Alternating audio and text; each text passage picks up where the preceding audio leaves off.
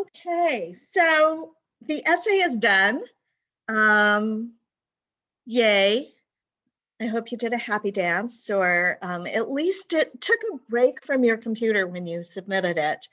Uh, I know it's whenever I'm writing something, it's stressful. I had a project that I was doing that I've been working on for the last 3 weeks, and I submitted it on Saturday afternoon, and I just felt so good when it was in and it was done. And like, it didn't matter that I had like 4 more things on my page that have to be done by the end of today, but gosh darn it, that really big stressful writing project was done, and that made me very happy.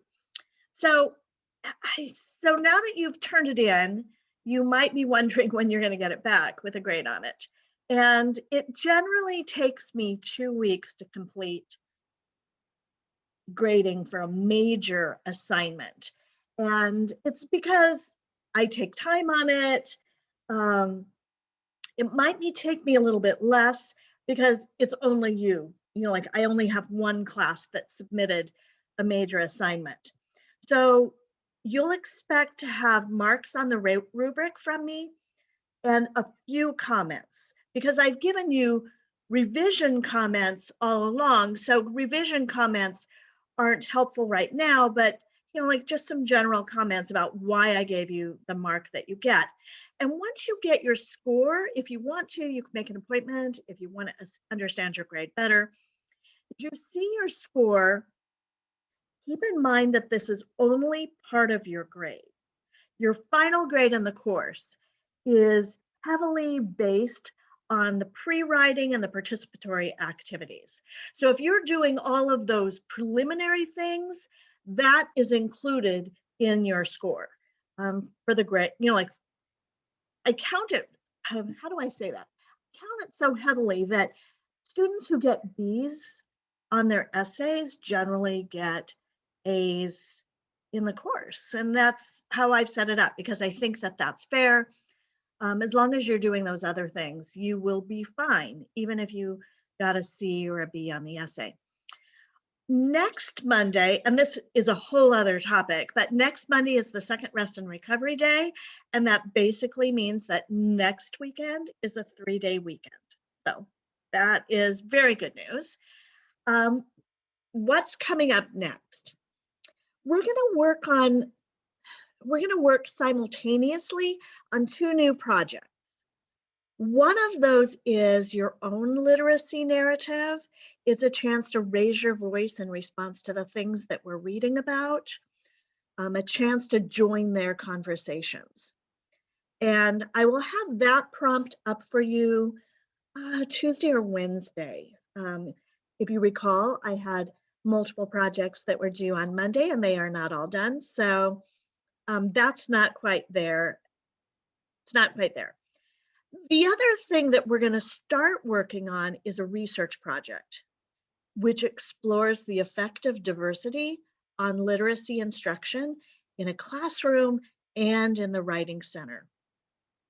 So you'll see that Kelly Linfor wrote about literacy, and Wynn wrote about literacy, and Ansel Dua, and Koenig, and I feel like McBride, and a lot of them touched on classrooms. And so, and of course, that's what Barone and Grimm are doing in their paper. And so we're going to start thinking about, like, what are the things that they say? What do scholars say about these things? And how can we join their conversations and create our own argument? So, all research projects require evidence. And so for this week, I'm going to ask you to read and annotate what is evidence. It's a chapter from Anthony Ruggiero's book, Beyond Feelings. It's a textbook, but I think you'll find it interesting. It's not a hard read. He's being really theoretical. He's going to identify the types of evidence that you might see in research. And he's going to analyze the strengths and the limitations of those types of evidence and some questions you can ask of evidence when you come across it in your readings. And those questions are designed to help you evaluate the strengths and limitations of that evidence. Just because there's evidence doesn't mean that it's evidence that you should trust or that it's sufficient evidence to support the claims. So at that point, once you've read Ruggiero, I want you to go back to Barone and Grimm, and I want you to start looking at the evidence that they provide to support their claims. And so that's what you're going to be annotating. You're going to be saying, oh, look, there's evidence. That's personal experience. And here's how I might analyze it. So this time you're going to read the full text of Barone and Grimm. And I know that it's a little bit long. And so I want you to, I do want you to get through all of it this week. If you don't get through all of it by Tuesday when you're annotating, that is okay. But definitely go beyond. Like try and get at least halfway through and then read the rest. And you can add additional annotations as you go, just because you will need to identify the types of evidence. Questions about that assignment or how much of Barone and Grimm I want you to read?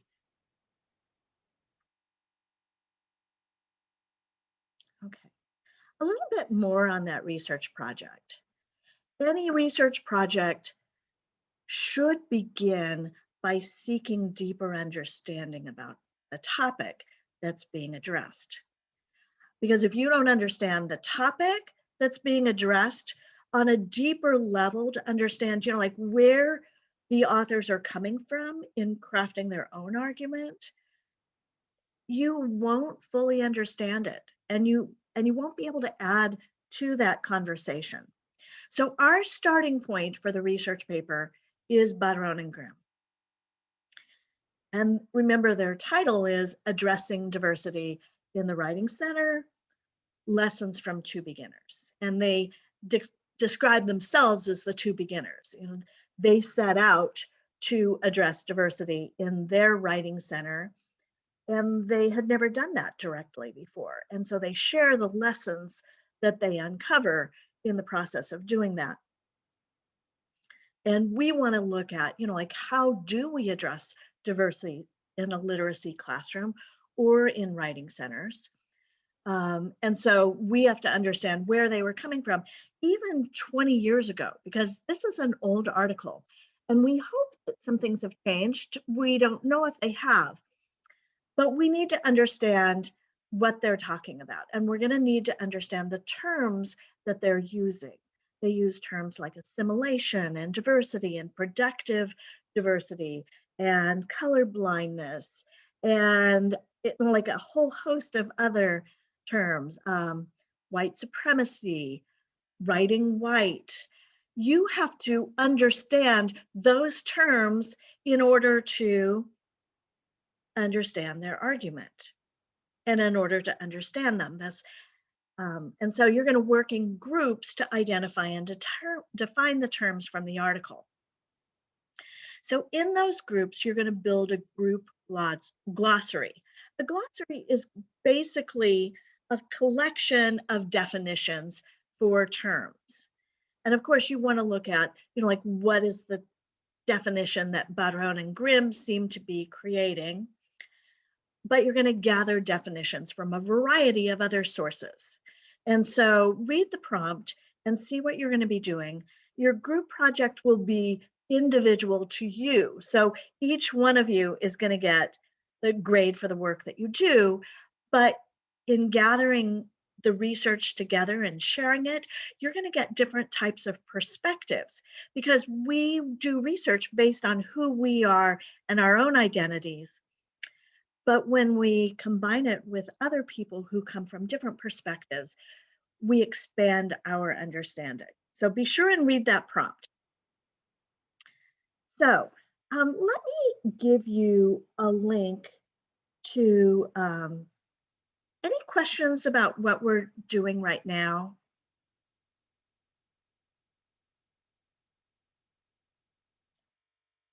So what I want you to do, let me send you a link in the chat to um,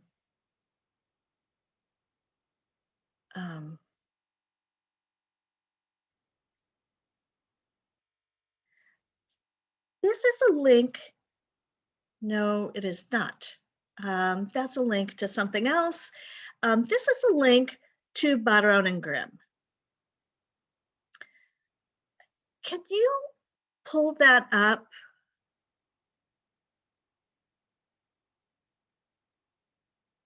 Is that link working for you?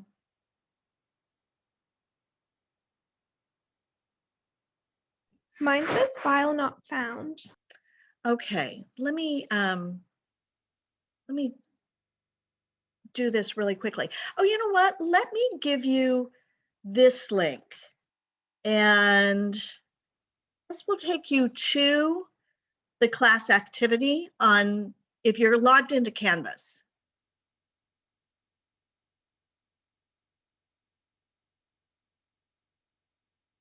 Does that work for you? Okay, terrific. Thank you. If you click on that, you should, the session for this tool has expired. Please reload the page. Oh, you should be fine because it's your Canvas. So go ahead and open up Barone and Grimm. And take a few minutes, and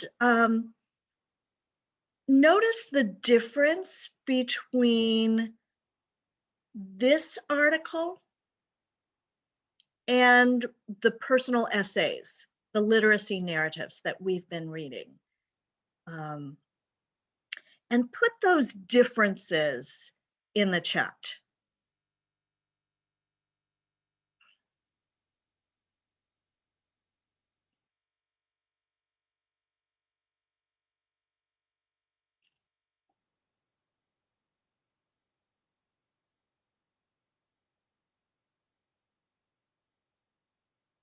You prefer, you can just call them out. Now that the audio works, I'm good with you just unmuting yourself and sharing those things. There are citations directly in the text. Yeah, lots of citations. What else is different?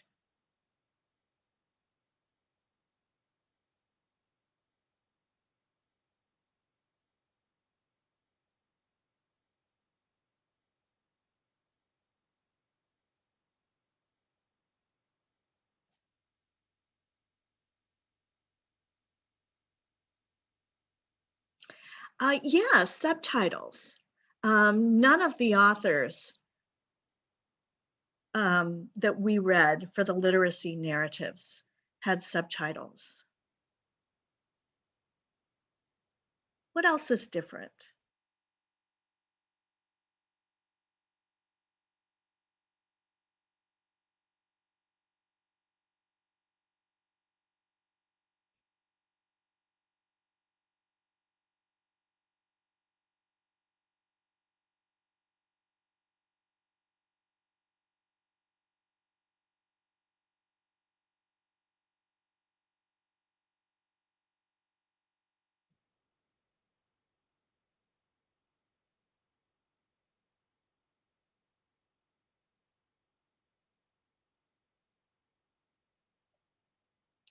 Think about the purpose. Like think about what each of these authors were doing. You read Kelly Lindfor and you read one of these other texts. What did they have in common? What were they doing?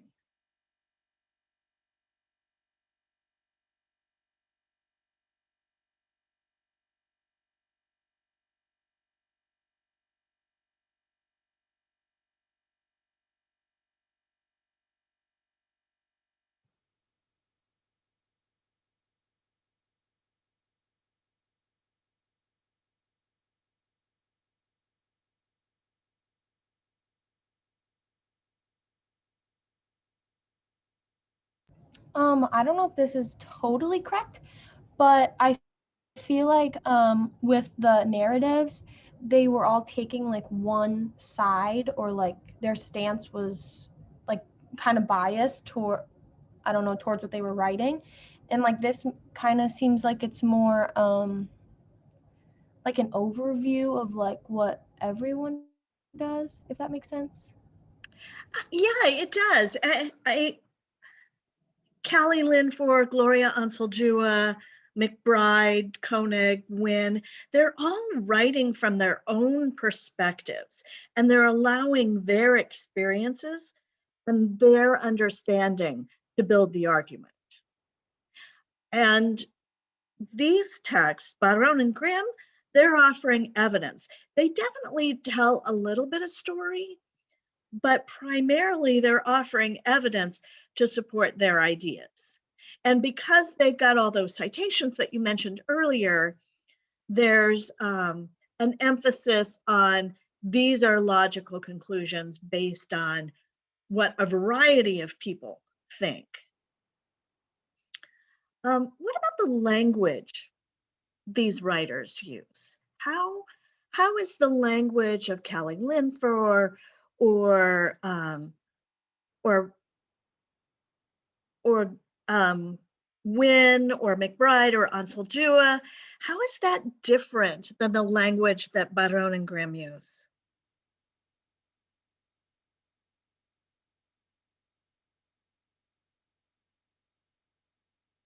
I think this might be a little more formal. Yeah, it's definitely a lot more formal. Um, the way they introduce citations, the vocabulary that they use, the way they build their claims is through stories and examples. Um, what about their tone?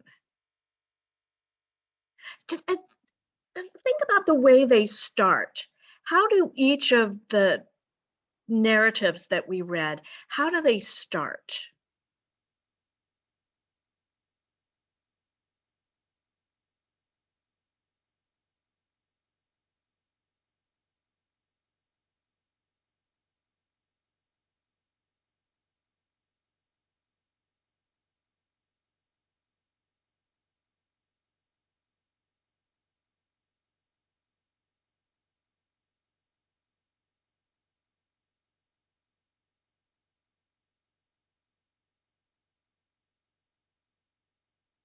Oh goodness. You know what? That that article that I'm having you look at is not addressing diversity in the Writing Center. That is a brand new article. Let me stop the share. That's hardly fair.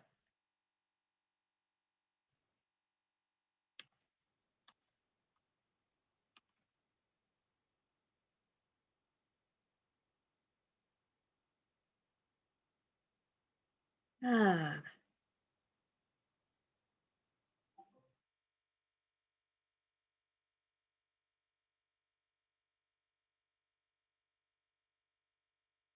let me send you this. Everything is still true, but let me read. So just so you have access to this, because I wanted you to have access to it. This is addressing racial diversity in the Writing Center. I'm sorry, I have so many little things and I pulled up the wrong article. Whether you read McBride or Anseljua or Callie Linford, every one of those started with a hook, a powerful emotional hook that grabbed your attention and made you want to read. But when Barone and Grimm began, they began with an epigraph, and they talk about this academic essay, even the collaborative academic essay, is generally written in a single voice, although we share. It's very, very formal. There is no hook there. It's not exciting. It doesn't pull you in emotionally. It doesn't want to make you read this. You read it because you have to. And I'm guessing that when you read the narrative that you chose, there was actually some pleasure in it because it was a story, and it was a compelling story that built its argument through that power of story and narrative and description. And if you're skimming Barón and Grimm right now, you'll see there is a little bit of story, but not a lot. It's not compelling. And that's because it's a different type of text. Let me go back to the PowerPoint. Not that one. I eliminated almost every single window. You do not see that. Share screen, PowerPoint, PowerPoint. You should see this PowerPoint. If you don't, please somebody tell me. I feel like I've just made this massive teacher fail, Zoom fail, Canvas fail in multiple things. Both of the articles that I sent you the links for, Addressing Racial Diversity in the Writing Center and Teaching the Conventions of Academic Discourse, they're different genres than the personal essays we read, than the narratives that we read. A genre, well, you know genres of music, and you would never confuse a marching band music with hip hop, or a sonata, like a sonata with ELM, because they have different conventions, different styles, different characteristics. That's what a convention is, by the way, it's a characteristic. There are all kinds of different genres of writing. Personal essays, like the ones you've been reading in this class, academic research papers, like Teresa Toni's, like Barón and Grimm. But there's others too. Emails, rhetorical analysis essays, discussion board posts, reflections, poems, every type of writing, like there's so many types of writing. And the way you write these types of things is different, and the way they sound is different.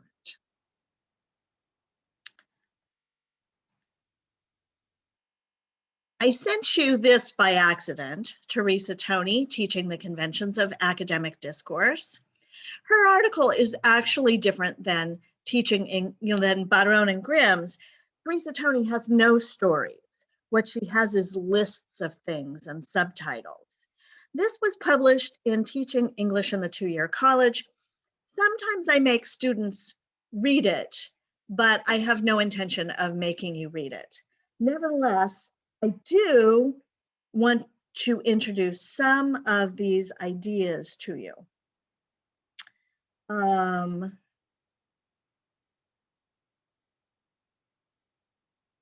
Let me see if I can fix this.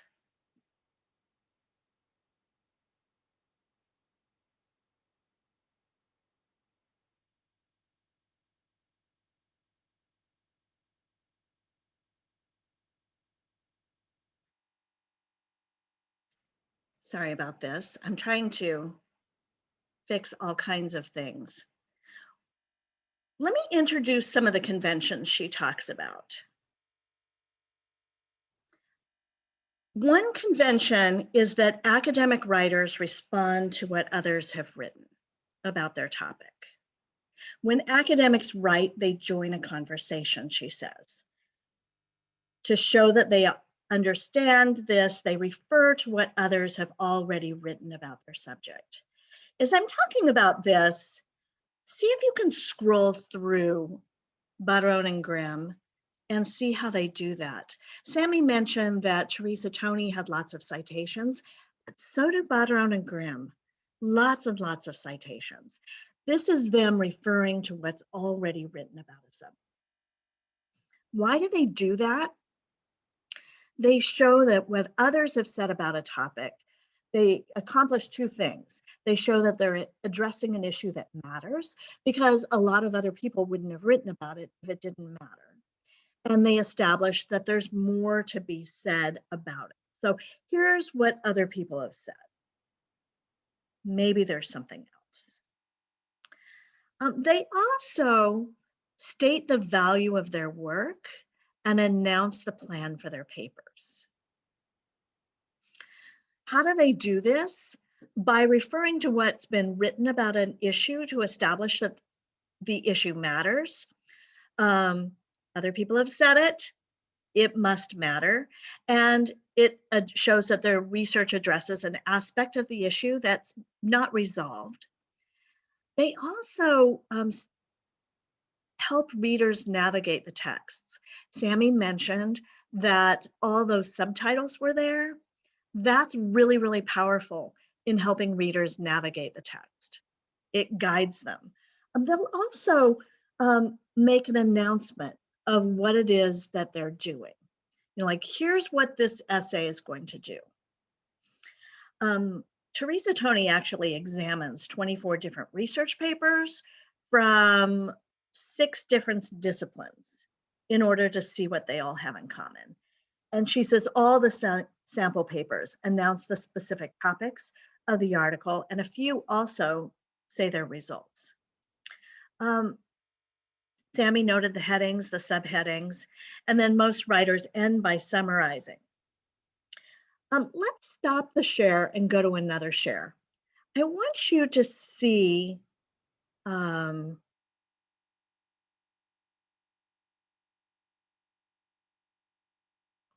this is Butterone and Grimm. You should be able to see this on your papers. And you'll notice that they tell a narrative to begin with, but once they're done with this narrative, they start weaving in the citations, responding to what others have said. They've got a citation from Black, they've got a citation from more from Black, and then they start adding all kinds of citations. And they finally get to this announcement. Here's what they're doing. They say in the remainder of this article, and this is them saying, here's the direction we're going. We reflect on our experience of moving in one writing center from a theoretical commitment to a productive diversity to actual social change. So this is them announcing the plan for their paper. They're just going to reflect on their experience.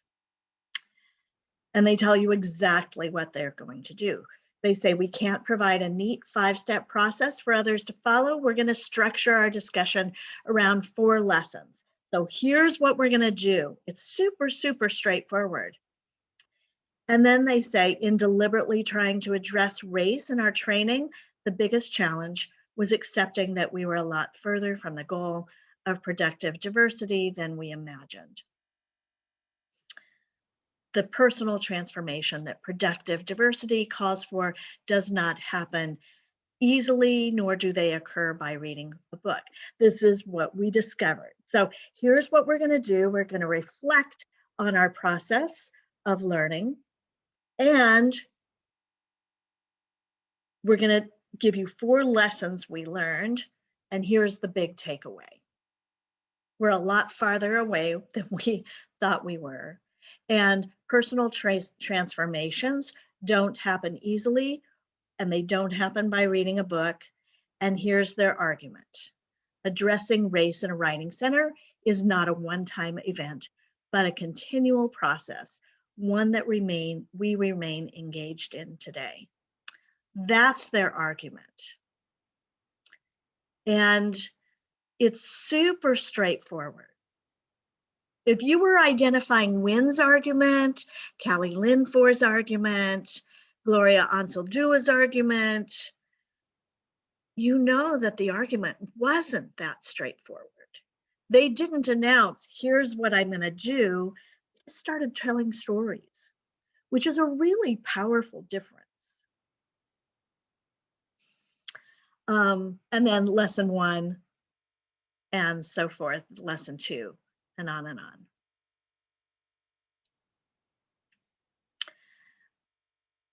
The structure, these conventions are different, but that doesn't mean that they're more difficult. They're more difficult because they're newer to you. How many of you have read these academic essays from scholarly papers before? Elia, you say a little bit. Any of the rest of you? Sammy shook her head no.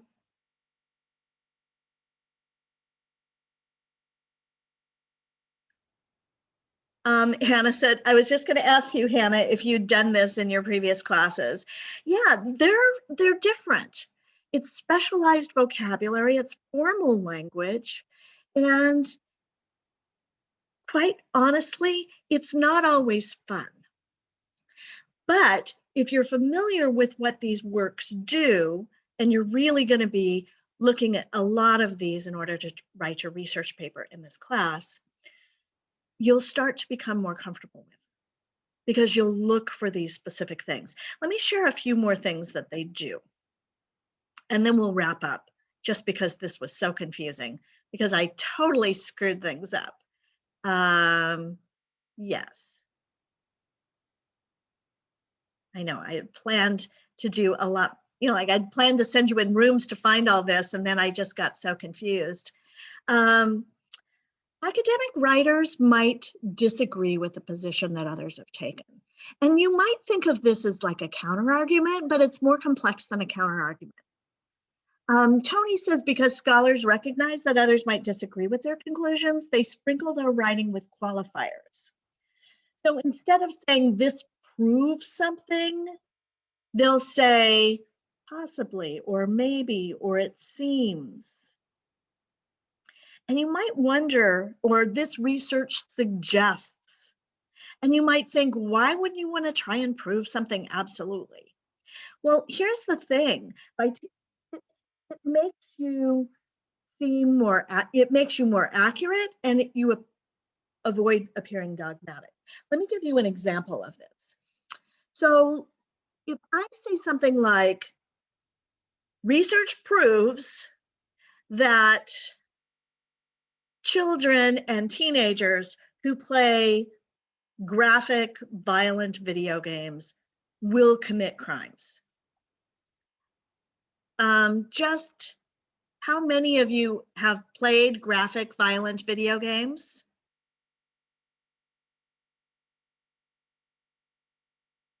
How many of you haven't? I'm not really a big video game person. I haven't. I mean, I think I played like Fortnite once, but other than that, nothing. Okay, so Sammy, you're not going to commit any crimes, but all of the other people in this room right now, see, when you hear that, you might say, I know people who play these games. They don't commit crimes. I play these games. I don't commit violence. And so you automatically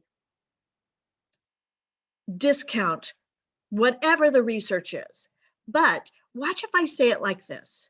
Research suggests that some children and teenagers who play violent, particularly violent graphic video games may have a propensity to commit violent acts if they are also in homes where there is a significant amount of violence.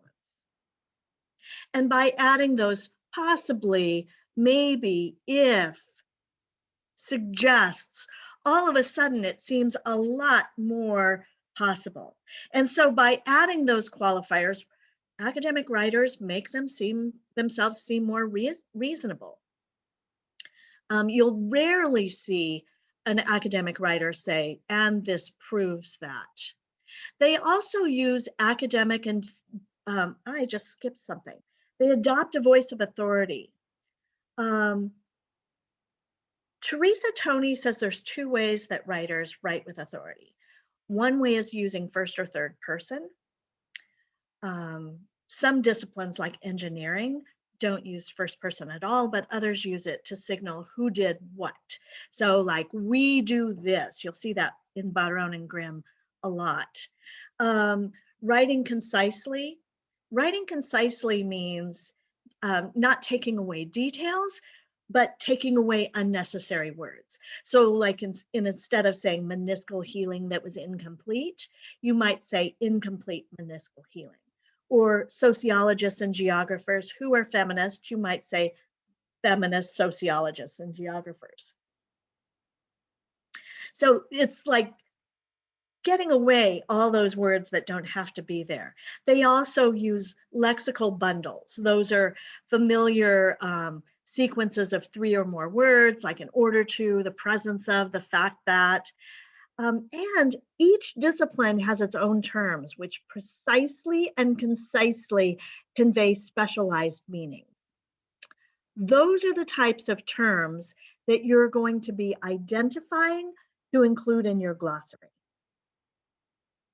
And they also emphasize evidence. Academic writing is ultimately judged on the basis of its evidence.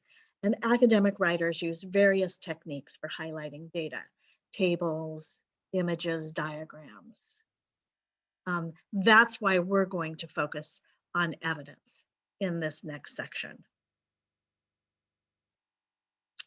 That covers everything that I did.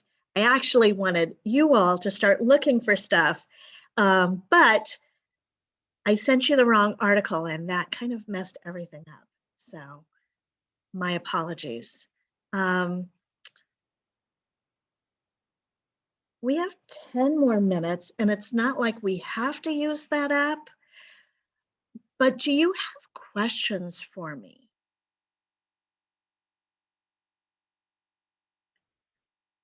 I'm guessing not. So let me stop the video because there's not a lot else to